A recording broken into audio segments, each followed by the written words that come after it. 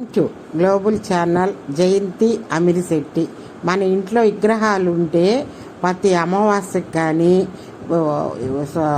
మంగళవారం, శుక్రవారం, శని, ఆదివారం తప్ప ప్రతి అమావాస్యకి శుభ్రం చేసుకోవాలా. లేదు మనకు వీలుగా ఉంటే వారానికి ఒకసారి శుభ్రం చేసుకోవచ్చండి.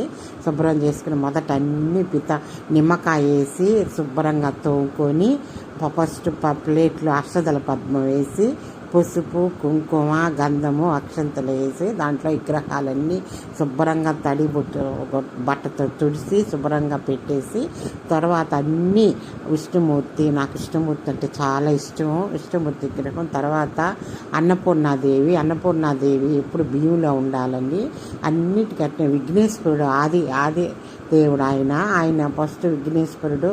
ఇక్కడ శివలింగం అన్ని అష్టదళ పద్మం వేసి పసుపు, కుంకుమ, అక్షంతులు అన్నీ వేసి ఇవి కనక మహాలక్ష్మి విగ్రహం.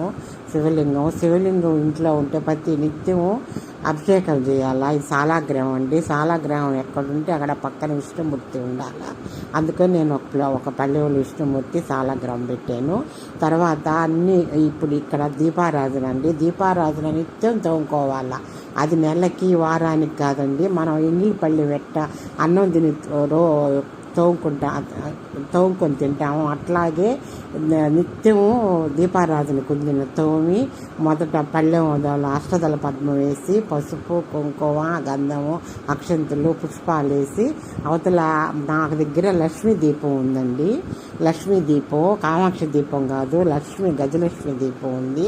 కుందికి నేను నిత్యం తోముకుంటాను. పసుపు, కుంకుమ పూసి తర్వాత బొట్లో పెట్టి ప్లేట్కి కూడా చుట్టూరు పెట్టాలండి. కింద ఎప్పుడు దీపారాధన పెట్టకూడదు, ప్లేట్లో పెట్టాలండి పళ్ళెంలో.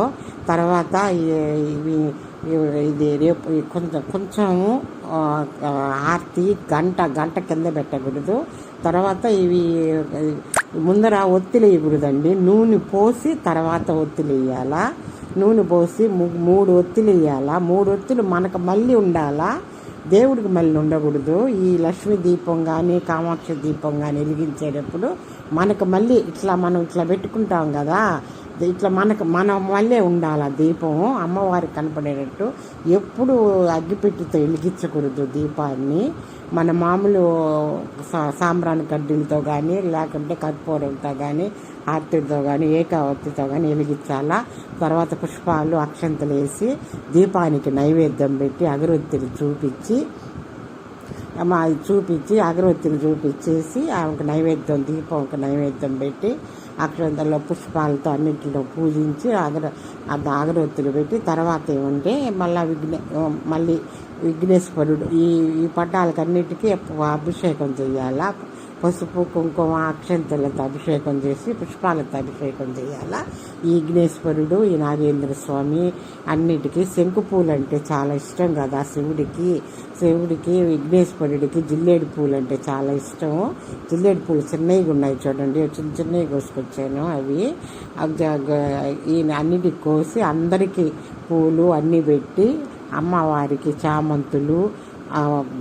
చామంతులు మందార పూలు అంటే ఇష్టం. లక్ష్మీదేవికి మల్లెపూలు, విష్ణుమూర్తికి అందరికి పెట్టి కొబ్బరికాయ కొట్టి దీపారాధన నైవేద్యం పెట్టి కర్పూరం ఆర్తిచ్చి నిత్య పూజ అండి. నిత్య పూజ విధానం ఇదేనండి. నిత్యం పూజ చేసుకోవాలా మనము. నిత్య పూజ విధానం ఇది. కొంతమంది దీపారాధన తోమకుండానే చేస్తారు, తప్పండి. నిత్యం దీపారాధన తోముకొని చేసుకోవాలా. లైక్ చేయండి, షేర్ చేయండి, సబ్స్క్రైబ్